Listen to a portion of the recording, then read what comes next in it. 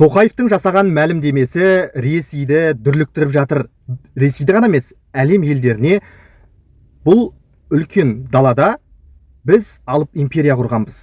Алтын Орданың заңды мұрагері бізбіз деген сигнал әлемге тарап жатыр.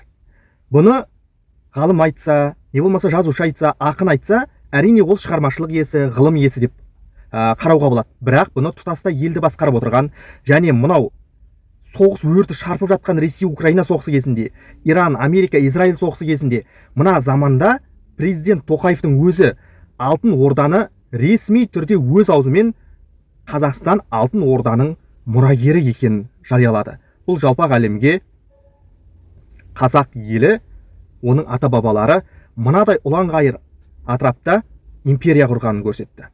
Өздеріңіз ойлап қараңыздар, осыдан 10 жыл бұрын, 15 жыл бұрын біз осылай айта алар ма едік? Иә, ғалымдар, жазушылар айтады, бірақ президент Назарбаев болсын, Тоқаев айта алар ма еді 10-15 жыл бұрын? Әрине жоқ.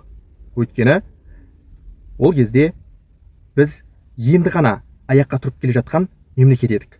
Енді қараңыздар, Тоқаевтың бұл сөзді айтуы, Путиннің Қазақстанға келуі, бұның барлығы да өте дипломатияның бір жаңағы айтады ғой, майдан қыл суырғандай жүргізетін өте дипломатиялық әдіс тәсілдер деуге болады. Бір уақыттары Алтын Орда хандарына келіп, жығылып тұрып, тізерлеп тұрып, Алтын Орда хандарының алдына басын иіп тұрып, орыс князьдері ярлык дейді ғой, яғни жарлық алатын болған. Мәскеуді басқару үшін сарайда отырған хандардан рұқсат алып отырған. Сарайдан рұқсат алмаса, князь бола алмайды. Ойлаңыздар.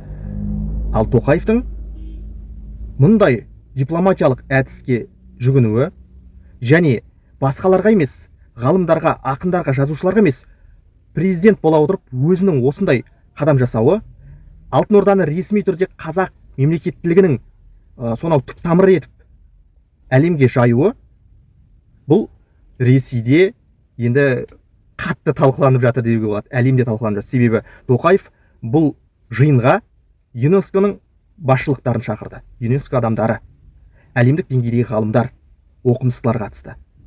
Және Путиннің келген, білесіздер, Қазақстанға, жақында ғана Путин келіп, жаңағы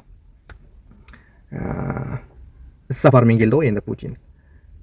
Бірақ мына Алтын Ордаға қатысты жиын енді әлемді дүрліктіріп жатыр. Тоқаев сөзінде Алтын Орданы дала Риміне теңеді. Ал Римді білесіздер, бұл империя. Мәскеу өзін 3-ші Рим деп атады ғой енді бір уақыттары.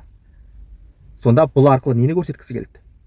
Алтын Орда жабайылардың мемлекеті емес, мал бағатындардың мемлекеті емес. Бұл өзіндік құқықтары, заңдары, мемлекет басқару тәжірибесі, сонау мыңдаған шақырым бойы жаңағы поштаны қамтамасыз ететін, яғни хат алмасуды жаңағы қамтамасыз ететін іс қағаздар, елді басқару үлгісі қалыптасқан империя деп сипаттады. Өйткені Ресей тарихнамасына қарайтын болсаңыздар, Алтын Орда туралы қаншама неше түрлі жаңағы пікірлер бар. Сонда өздеріңіз ойлаңыздар. Тоқаевтың мұндай қадамға баруы және Ресей-Украина соғысы кезінде қазіргі кезде Дума депутаттары кімге тиісерін білмей отыр. Білесіздер, солтүстік Қазақстан туралы қандай пікір айтқанын. Тіпті қазақ жері Кеңестер одағының бір сыйлығы ретінде қарастыру, Ресей империясының сыйлығы ретінде қарастыру деген сияқты. Бір өздері жасап бергендей қазақ жерін, өздері жаңадай жер бөліп бергендей сөйлеуі қаншама елдің ашуына тиген болатын, ол айтқан мәлімдемелері. Халық, қоғам белсенділері өре түрі келіп жауап берген болатын. Алайда қазіргі кезде жаралы аюдай Путиннің Астанаға келуі және мынау үлкен жиын Қазақстан өзін Алтын Орданың мұрагері етіп таныстыруы, бұның барлығы Кремльді қатты ойлантып тастаған сияқты. Тоқаев осындай қадамға барып отыр. Бұл шынында да бір мінез көрсету. Біз және біздің ата бабаларымыз мемлекет басқаруды және шағын мемлекет емес, империя алтын орданың құрамында Европаның қаншама мемлекеті болды, Азиядағы қанша мемлекет өмір сүрді. Өз заманында алтын орданың әскери қуаттылығына төтеп бере алатын мемлекет бар ма, өздеріңіз айтыңыздаршы, өз заманында дәуірлеп тұрғанда. Ал Тоқаев сол мемлекетті, алтын орданы, біздің ата бабамыз қазақ елі алтын орданың заңды мұрагері деді. Және хандар шежіресі жасалды.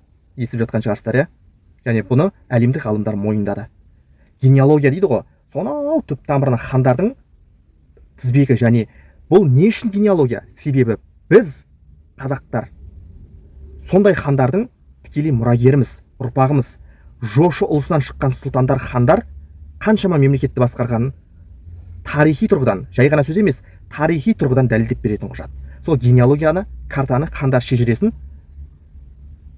келген қонақтарға көрсетіп, әлемге жариялады. Және ол генеалогияны, хандар шежіресін әлемнің беделді ғалымдары мойындады. Бұл деген сөз, біздің ата-бабаларымыз империя құрған. Бізде де империяны басқаратын